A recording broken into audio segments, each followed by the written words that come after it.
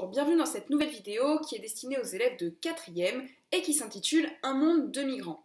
Le chapitre qui s'intéresse aux migrations internationales est le 3e chapitre du programme de 4e et donc on va essayer de voir en quoi les mobilités internationales sont liées à la mondialisation. Donc, pour rappel, la mondialisation c'est la mise en connexion du monde et c'est lié notamment à la base aux grandes découvertes puis aujourd'hui au fait que l'intégralité des pays du monde sont connectés, que ce soit de façon économique, culturelle, politique. Donc on a des échanges qui s'effectuent partout. Comme on a des échanges qui s'effectuent partout, forcément les migrations qui ont toujours existé depuis le début de l'histoire, ont tendance à augmenter et surtout à se faire à l'échelle du monde entier. Donc on va essayer de comprendre qui sont les migrants et également comment les migrations internationales vont transformer les territoires. Alors, la mondialisation, on a dit, ça favorise l'augmentation des migrations, notamment grâce à la présence des flux de transport qui permettent de se déplacer plus facilement d'un pays à un autre. Et ce qu'on appelle donc migration internationale, ce sont donc tous les déplacements qui s'effectuent à l'échelle de l'international, c'est-à-dire du monde entier. Un migrant, qu'est-ce que c'est ? Un migrant, c'est une personne qui se déplace pour différentes raisons pour aller d'un lieu de départ jusqu'à un lieu d'arrivée.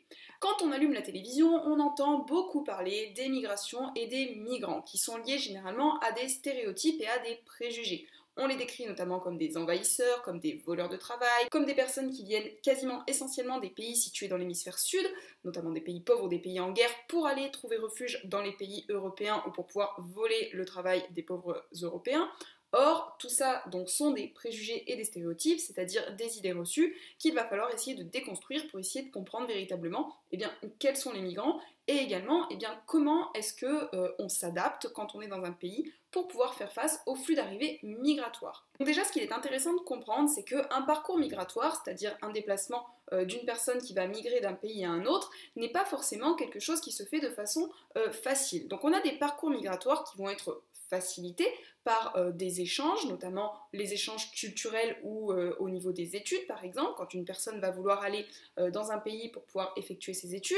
On va avoir des programmes internationaux qui vont être mis en place, c'est le cas par exemple de l'Union Européenne, du programme qui s'appelle Erasmus, qui favorise les échanges. Lorsque par exemple un étudiant français veut faire ses études dans un pays lié à l'Union Européenne, à ce moment-là il peut intégrer le programme Erasmus et pouvoir aller effectuer ses études dans un autre pays. Vous avez également tous les échanges qui sont liés au travail, qui peuvent être facilités par exemple dans le cadre d'accords d'entreprise, tout ça lié évidemment à des négociations entre les pays. Donc là on est plutôt sur des migrations qui sont d'ordre légal et on va avoir des migrations qui sont plus clandestines ou plus illégales, où par exemple des pays vont entrer illégalement à l'intérieur d'un État qui n'est pas le leur, sans avoir forcément de papier qui est lié à cet État ou sans avoir de demande de titre de séjour, puisque lorsqu'on se déplace dans un pays, on va franchir des frontières et que selon les accords qui ont été passés entre les pays, on peut ou pas franchir ces frontières et s'installer dans ce pays. Puisque pour s'installer dans un pays, c'est pareil, il faut pouvoir posséder des papiers d'identité et à ce moment-là, c'est lié également à la condition qui fait qu'on est présent dans ce pays.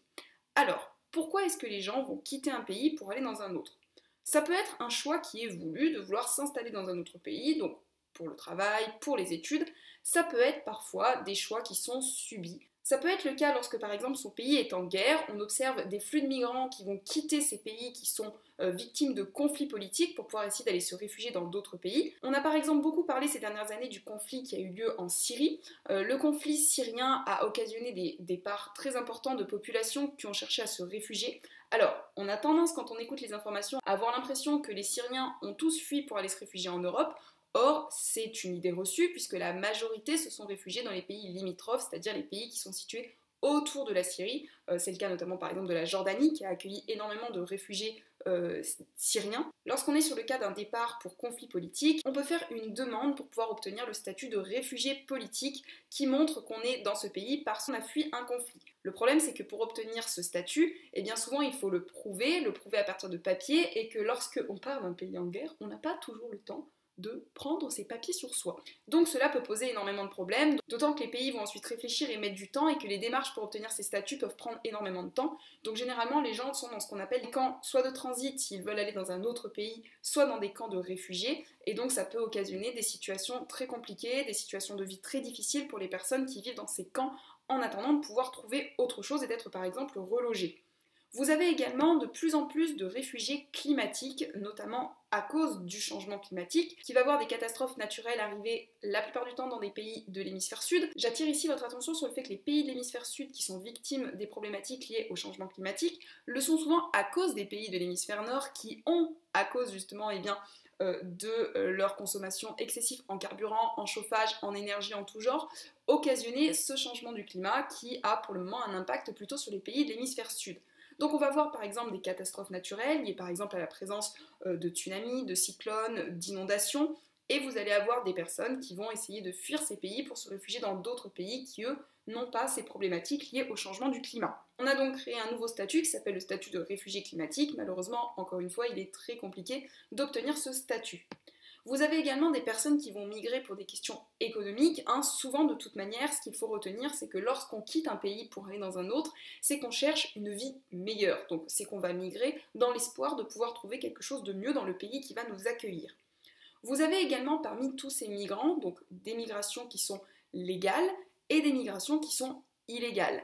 Vous avez par exemple, si je prends le cas de la mer Méditerranée, énormément de flux de clandestins illégaux qui vont chercher à fuir les pays, donc soit des pays d'Afrique qui sont en guerre, soit des pays qui sont très très pauvres, et qui vont tenter de rejoindre les pays d'Europe. Ces dernières années, l'Union européenne a recensé énormément de morts en mer Méditerranée à cause notamment des gens qui fuient les pays en s'embarquant dans des embarcations précaires qui contiennent énormément de personnes alors qu'elles ne sont pas prévues pour pouvoir accueillir autant de monde et qui vont se retrouver à plus d'une centaine par exemple entassés sur un bateau pneumatique à cause de passeurs à qui ils ont donné quasiment tout leur argent dans l'espoir de rejoindre l'Europe, qui généralement prennent leur argent et ensuite les font monter sur ces bateaux. Généralement, les départs se font vers la Libye, donc les gens vont quitter leur pays d'Afrique, remonter vers la Libye et chercher à prendre un bateau qui va les emmener sur l'île de Lampedusa.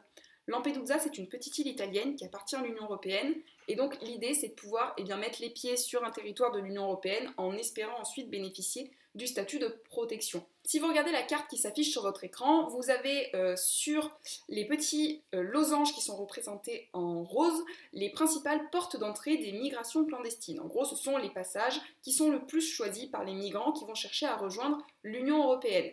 Alors, ils passent principalement par là. Pourquoi? Tout simplement parce que ce sont des passages étroits où il y a peu de mer entre les espaces de terre, parce que évidemment plus vous avez un passage qui est important et qui est long, plus vous avez de risques que votre embarcation coule et de mourir, donc on essaye plutôt de choisir des lieux qui sont rapprochés. Vous avez également donc sur cette carte en bleu les pays membres de l'Union européenne et de ce qu'on appelle l'espace Schengen. L'espace Schengen, c'est l'espace de libre circulation entre les pays membres qui font partie de cet espace. Et vous avez en jaune clair les pays qui par contre ne sont pas des pays de l'Union européenne. Et au milieu, vous avez également des hachures jaunes qui représentent la zone de surveillance maritime de ce qu'on appelle Frontex. Alors Frontex, c'est une agence qui a été créée entre les différents États membres de l'Union européenne et qui est chargée de lutter contre l'immigration clandestine. Donc leur but à eux, c'est d'essayer d'empêcher que des migrants clandestins rentrent dans l'Union européenne. Alors, Frontex doit empêcher ces migrants d'entrer parce qu'ils sont illégaux. Pour autant, ils ne vont pas non plus laisser les gens mourir en mer parce que, heureusement, la vie d'un être humain compte quand même beaucoup plus que les politiques érigées. Donc il y a d'abord des statuts de protection internationale qui disent qu'on secourt d'abord les gens avant de les renvoyer dans leur pays. Donc généralement les gens sont secourus en mer Méditerranée, ils sont ensuite mis dans des camps de transit ou des camps de réfugiés où ils attendent soit d'obtenir un statut s'ils ont les papiers qui prouvent qu'ils peuvent rester dans l'Union européenne en vertu par exemple d'un statut de réfugié politique, ou ils vont être ensuite raccompagnés dans leur pays, ce qui est souvent très compliqué, parce qu'il faut bien vous imaginer que les personnes qui migrent clandestinement ne le font pas de gaieté de cœur. Généralement, ils ont laissé tout leur argent aux passeurs. Ça arrive aussi que ce soit par exemple de très jeunes personnes, notamment des mineurs, qui sont envoyés par leurs parents. Et donc les parents vont souvent payer une somme très importante en espérant par exemple que leur fils, que leur fille puissent trouver refuge dans l'Union européenne et puissent avoir une vie meilleure que eux. Donc ça signifie que parfois des personnes qui étaient déjà très très pauvres se sont encore plus appauvries pour pouvoir essayer d'obtenir une chance pour leurs enfants. Vous avez également sur la carte de grands cercles gris qui représentent le nombre de migrants qui sont décédés en mer Méditerranée entre 1993 et 2012. Donc vous voyez quand même qu'on est sur une très forte augmentation puisqu'on a une augmentation des flux migratoires depuis plusieurs années. De manière générale, ce qu'il faut savoir quand même, c'est qu'il y a à la fois des inconvénients et également des avantages pour les pays qui accueillent les migrants. Donc contrairement aux stéréotypes qui disent que les migrants arrivent dans les pays et qui volent le travail aux habitants, alors c'est pas totalement vrai, tout simplement parce que généralement les migrants vont occuper des emplois que les nationaux n'ont pas forcément envie d'occuper.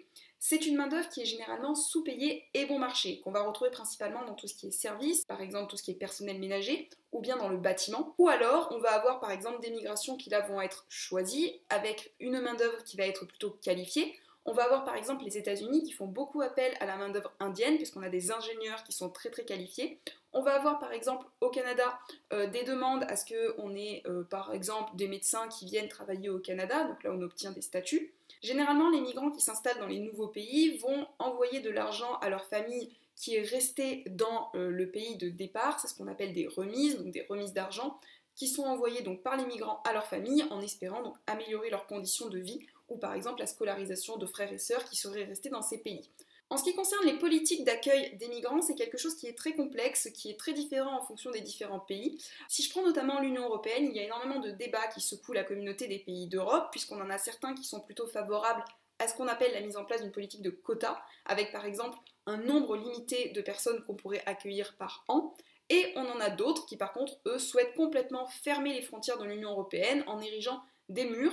C'est le cas notamment au niveau de la frontière entre la Hongrie et la Serbie, où il y a un mur qui a été érigé dit anti-migrants pour pouvoir donc justement les empêcher d'entrer. Vous avez également la même chose qui se produit au niveau des États-Unis. Si je prends par exemple l'idée de Donald Trump, c'était donc de construire un mur de béton entre les États-Unis et le Mexique pour empêcher les flux migratoires clandestins. Enfin, pour finir, si je reviens donc sur mon idée des stéréotypes qui sont véhiculés, on a tendance à dire généralement que la majorité des migrations s'effectue entre les pays de l'hémisphère sud vers les pays de l'hémisphère nord, avec cette idée que les pays de l'hémisphère nord seraient envahis par les pays de l'hémisphère sud. Or, là aussi, il s'agit de mesurer les choses et de revoir au niveau des chiffres, parce que en réalité, la majorité des déplacements migratoires sont effectués entre les pays du sud, c'est-à-dire des migrations sud-sud. Mais vous avez également effectivement des migrations sud-nord ou des migrations même entre les différents pays du nord. Donc ça dépend vraiment du parcours migratoire. Si je prends par exemple la carte qui est ici, alors qui est très complexe, qui est très confuse, on voit quand même qu'on a énormément de flux, donc les flux sont représentés par des flèches sur cette carte, et les flux nous montrent en tout cas qu'on a des échanges qui s'effectuent partout dans le monde. Alors ça donne une impression de fouillis, mais c'est surtout important de remarquer que ce ne sont pas essentiellement des échanges qui sont verticaux, c'est-à-dire donc du sud vers le nord. On est vraiment sur des échanges qui s'effectuent de manière circulaire entre tous les pays. De manière générale, ce qu'il faut retenir, c'est que les migrations s'effectuent souvent vers des pays qui sont limitrophes, c'est-à-dire des pays qui sont très proches du pays de départ. Et pourquoi je vous dis que vous avez une migration qui est très importante entre les pays du Sud? Tout simplement parce que vous avez certains pays qui vont rechercher de la main-d'œuvre. Et généralement, la première cause de migration, c'est le travail. On cherche du travail pour avoir une vie meilleure et pour gagner un peu plus d'argent. Et vous avez énormément de demandes dans les pays du Moyen-Orient, notamment par exemple les Émirats Arabes Unis, l'Arabie Saoudite, où on a de grands puits pétroliers et où on recherche une main-d'œuvre qui n'est pas forcément qualifiée, donc n'importe qui pourrait trouver à s'y employer. C'est le cas par exemple également dans les pays d'Indonésie, donc là on va avoir beaucoup de migrations qui sont effectuées entre ces différents pays en espérant trouver du travail. Voilà, j'en ai fini pour cette vidéo, j'espère que ça aura été un peu plus clair et que vous avez compris comment fonctionnent les migrations internationales et les mobilités, donc mobilité c'est-à-dire le fait d'être mobile et de bouger. Je vous remercie pour votre écoute et je vous dis à très bientôt pour une prochaine vidéo.